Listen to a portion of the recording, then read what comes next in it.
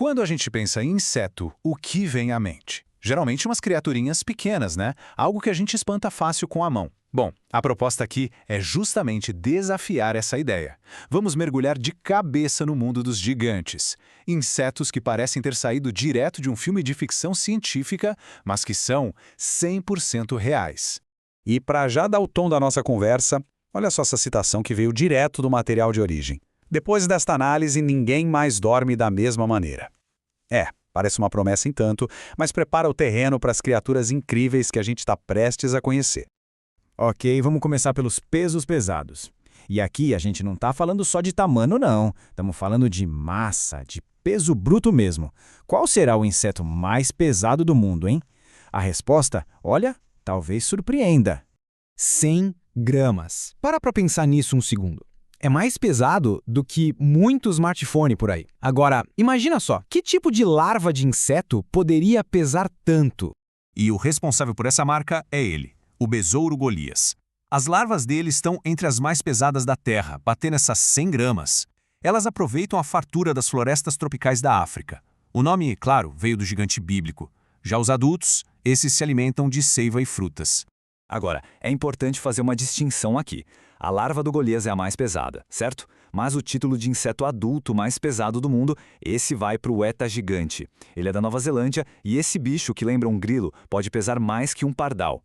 Esse tamanho todo é um exemplo clássico de gigantismo insular, sabe? Um fenômeno que acontece quando espécies ficam isoladas, com poucos predadores para se preocupar. E para fechar nossa lista de pesos pesados, temos a barata rinoceronte. Ela vive na Austrália e é simplesmente a barata mais pesada que existe, com até 30 gramas. Mas tem uma boa notícia, ela não tem asas. Ufa, então pelo menos não tem o risco de uma dessas sair voando e pousar em alguém de surpresa.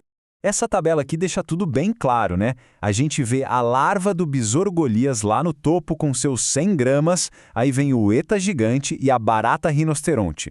É uma forma bem visual de entender quem são os verdadeiros campeões de peso no mundo dos insetos. Agora, vamos mudar de categoria, saindo do peso e indo para os recordistas de tamanho.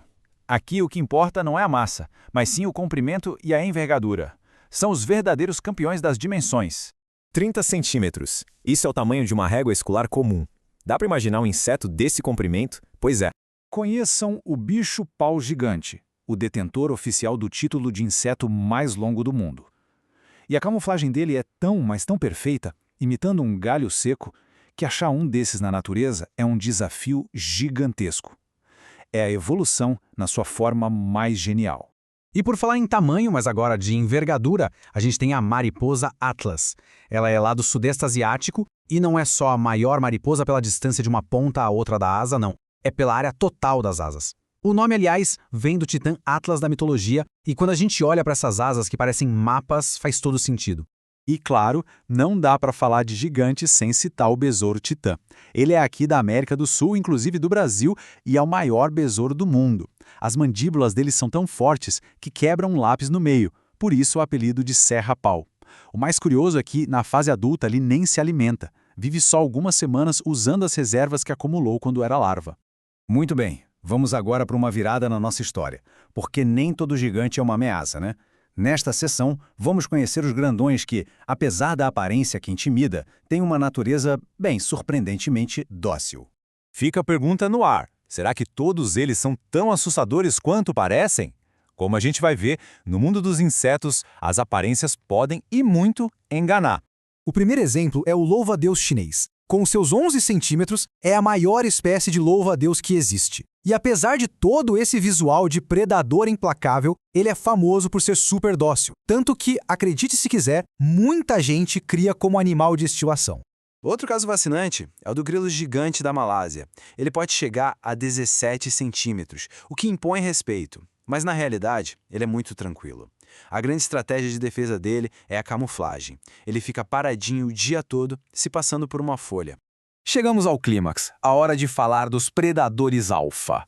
Agora sim, vamos encontrar os gigantes que são realmente formidáveis e, vamos admitir, um tanto assustadores. E o primeiro, que tecnicamente é um aracnídeo, não um inseto, é a aranha Golias comedora de pássaros. E sim, o nome é exatamente o que parece. É o maior aracnídeo do mundo em massa corporal e é encontrado aqui mesmo no Brasil. Com seus 30 centímetros, comportamento agressivo e a capacidade real de comer pássaros, ela realmente faz jus à fama. Agora vamos para uma criatura que é praticamente uma lenda urbana, a aranha-camelo. As histórias são de arrepiar. Dizem que ela estripa camelos, que persegue pessoas e que até come o estômago de gente dormindo. É uma reputação e tanto. Mas qual é a verdade? Primeiro de tudo, nem aranha ela é. É um aracnídeo parente chamado Solifag. A realidade é que ela não é venenosa para humanos e não ataca nem pessoas, nem camelos. O que ela faz, e muito bem, é correr. É uma corredora impressionante que chega a 16 km por hora. E para encerrar a sessão dos predadores, a vespa gigante asiática. A eficiência dela é simplesmente brutal. Pensa só, um grupo de umas 30 vespas consegue localizar e destruir uma colmeia com 30 mil abelhas em menos de 3 horas. Depois elas levam os restos das abelhas para alimentar as próprias larvas. É uma demonstração de poder de ataque que, sinceramente, é impressionante. E este gráfico aqui ilustra bem o perigo real. Ele compara as fatalidades anuais lá no Japão. As picadas da vespa gigante asiática causam cerca de 50 mortes por ano. Isso é bem mais do que os ataques de ursos e cobras venenosas, somados. Todos esses gigantes provam que o nosso planeta é uma caixinha de surpresas e que ainda tem muita, mas muita coisa que a gente não entende sobre o mundo natural. E isso nos deixa com uma pergunta final. Que outras maravilhas ainda estão por aí, só esperando para serem descobertas?